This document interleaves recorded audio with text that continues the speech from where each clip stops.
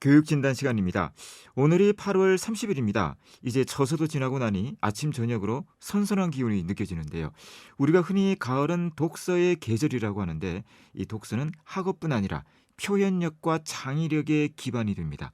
오늘은 어떻게 하면 자녀가 책을 읽게 할 것인지에 대해서 얘기해보는 시간 갖도록 하겠습니다.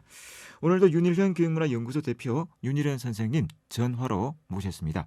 윤 선생님 안녕하십니까? 예, 안녕하십니까. 오늘은 독서에 대해서 우리가 지금까지 얘기한 내용과는 좀 다르게 접근을 해보려고 합니다. 윤 선생님, 자녀의 독서 능력을 배양하기 위해서 어떤 점에 관심을 가져야 할까요? 예, 방금 말씀하신 대로 우리가 독서는 여러 각도에서 많이 이야기를 하고 있는데요. 오늘은 자녀의 독서 능력을 높이려면 일단은 이 언어 능력이 좋게 지도를 해야 된다는 겁니다. 그래서 자녀의 독서 능력과 언어 능력을 향상시키려면 아이 곁에서 혼자 소리를 중얼거리도 좋고 동화책을 읽는 이야기를 들려주어도 좋고 아이가 굉장히 수다장이가 될 수 있도록 어릴 때는 그렇게 지도를 하는 게 바람직합니다. 책을 읽어주거나 혹은 아이가 스스로 수다장이가 돼도 되고 많이 이야기를 하다 보면 언어 능력만 높아지는 것이 아니고 상상력도 풍부해지고 사고력이나 이해력도 함께 높아집니다. 네. 그래서 독서에 가장 기본적으로 필요한 것은 풍부한 어휘력입니다. 우리가 수능 시험을 칠 때 비문학 지문에서 학생들이 굉장히 어려워하는데 비문학 지문이 약한 학생들의 공통적인 특징이 어휘력이 부족하다는 겁니다. 그래서 이 어휘력이 없으니까 문장 이해 능력이 떨어지는 것이죠. 그래서 가장 중요한 게 어휘 능력이다. 독서 능력이 떨어지는 원인이 바로 어휘력 부족에 있고 또 어휘력은 하루아침에 좋아지는 것이 아니라는 것을 우리 부모님들이 기억을 하면 좋겠습니다. 특히 어린 자녀가 있는 집에서는 어려서부터 이야기를 많이 듣고 자란 아이가 말을 빨리 배울 뿐만 아니라 어휘력이 좋아진다는 것을 기억을 해주면 좋겠습니다. 이 책을 읽으면서 문맥을 통해서 익힌 낱말은 잘 잊혀지지 않습니다. 네. 사전에서 찾아외운 것은 금세 잊어버리죠. 영어 단어도 마찬가지입니다. 우리가 간혹 학원 같은 데서 보면은 몇 개씩 그냥 막 외우라고 하는 그런 경우가 있죠. 그런 암기는 도움이 되지 않는다는 것입니다. 문장 속에서 이해를 할 때 오래 기억하게 되고 내 것이 되는 것이죠. 특히 자녀에게 책을 골라줄 때는 어려운 책을 권해주어 다 읽지도 않고 내팽개두게 하지 말고 그냥 어느 정도 수준에 맞는 책을 골라서 즐거운 마음으로 책을 읽게 하는 것이 좋습니다. 처음에는 쉬운 책에서 익숙해지면 차차 어려운 쪽으로 나아가는 이런 훈련. 그 중에서도 가장 중요한 게 어휘력이 독서 능력과 밀접한 관계를 잇다. 이 점을 부모님들이 좀 염두에 두고 자녀 지도를 하면 좋겠습니다. 네. TV와 스마트폰, 이 컴퓨터와 같이 지금의 우리 자녀들은 영상 문화에 너무도 익숙해 있는데요. 자, 영상 문화 특히 텔레비전이 자라는 청소년들에게 어떤 영향을 미치는지에 대해 말씀해 주시죠. 네, 특히 요즘은 텔레비전뿐만 아니라 방금 말씀하신 스마트폰이나 또 컴퓨터에 오락, 영화 이런 것들을 많이 볼 수 있는데요. 다 나쁜 것은 아니지만 그래도 청소년기에는 어느 정도 균형을 맞출 필요가 있는데 오늘 이 시간에는 좋은 점보다는 이 영상 매체가 주는 좀 부정적인 면을 우리가 한번 생각하면 좋겠습니다. 그래서 제가 드리는 말씀을 참고해서 자녀 지도에 좀 활용을 하면 좋겠습니다. 텔레비전을 많이 보는 청소년이 대체로 이기주의적인 사람으로 성장할 가능성이 높다고 이야기를 합니다. 제 멋대로 다룰 수 있는 텔레비전을 보는 습관이 몸에 배게 되면 사람을 대할 때도 제 뜻대로 안 되면은 참한 의지를 못하게 됩니다. 더구나 생각을 많이 해가면서 읽어야 하는 책도 처음 보고 어려우니까 자연적 멀리하게 되죠. 이렇게 되면은 학습 태도도 나빠지는 경우가 있습니다.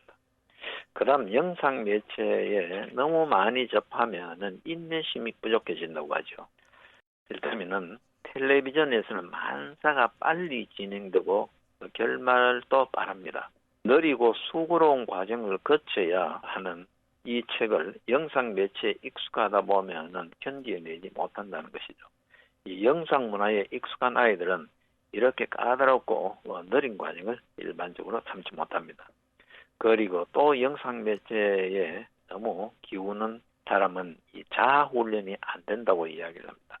독서를 하고 글을 쓰려면 자아 훈련, 즉 자기 감정을 스스로 다스릴 수 있는 능력이 있어야 합니다. 이 텔레비전을 많이 보고 자란 아이는 참을성이 없어져서 이 자아 훈련이 안 되기가 쉽다는 것을 생각해야 됩니다. 또 영상 매체를 많이 접하면 생각하는 능력이 감퇴됩니다.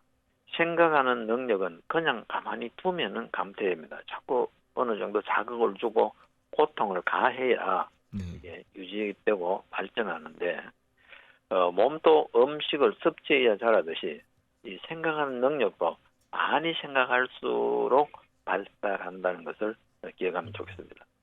그리고 또 영상 매체를 많이 접하다 보면은 상상력이 저하된다고 하죠. 텔레비전은 모든 것을 바로 그 자리에서 환히 보여주기 때문에 문제를 제시하고 그 자리에서 답을 주고 이렇게 하는 경우가 많으니까 상상력이 들어설 여지가 없어지는 겁니다. 그래서 글을 읽거나 라디오를 들으며 보지 않고 상상하는 게 훨씬 더 상상력 배양에 도움이 되는 것이죠. 또 영상 매체에 너무 익숙해지면 이 책임감이 없어진다고 합니다. 네. 텔레비전은 보고 나서 다른 사람에게 그 내용을 들려줄 필요도 없고 또 그 내용을 반드시 기억해 둘 필요도 없습니다.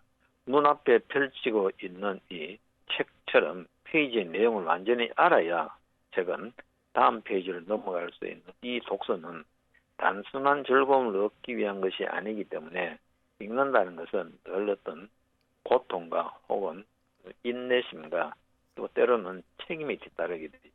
그리고 또 텔레비전을 많이 보면 수동적인 성격이 된다고 합니다. 공부는 적극적인 태도로 임하지 않으면 소기의 성과를 거둘 수 없습니다.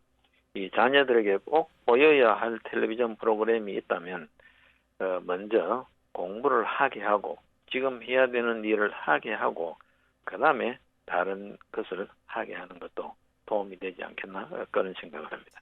네.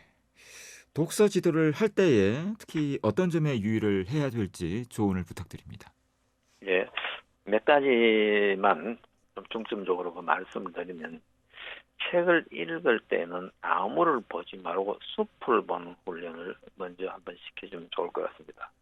독서 수준이 낮아서 책을 제대로 못 읽는 학생들은 대개 낱말 하나하나를 가지고 끙끙대는 경우가 많습니다. 세게 읽지 않아도 될 때 단어까지 어려운 낱말과 똑같은 비중을 또 읽게 됩니다. 그래서 이 대강의 뜻만 간추려가면서 읽어 이 짧은 시간 안에 글쓴이의 의도를 파악하는 독서법, 이 책을 읽는 목적을 확실히 알고 읽는 이런 훈련이 필요합니다. 그리고 또 읽는 속도가 문제가 된다고 하는 학부모님들이 많은데요. 어떻게 하면 그 시간을 절약할 수 있냐 하면은 뜻이 담긴 단어를 찾아내는 훈련을 하는 게 좋고 문단의 처음과 끝부분을 주의 깊게 읽을 필요가 있습니다. 항상 처음 부분이 결론이 나오고 끝부분이 결론이 많이 나오니까요. 그리고 자기 생각과 이 끝문장을 한번 비교해보는 이런 훈련도 도움이 됩니다.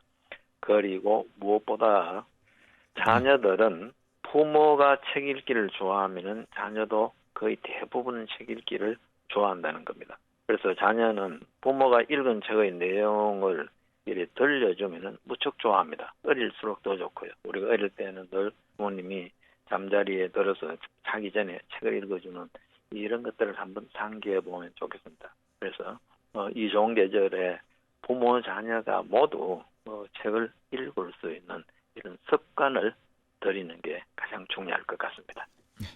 오늘 말씀 여기까지 듣도록 하겠습니다. 고맙습니다. 네, 윤일현 교육문화연구소 대표 윤일현 선생님이었습니다.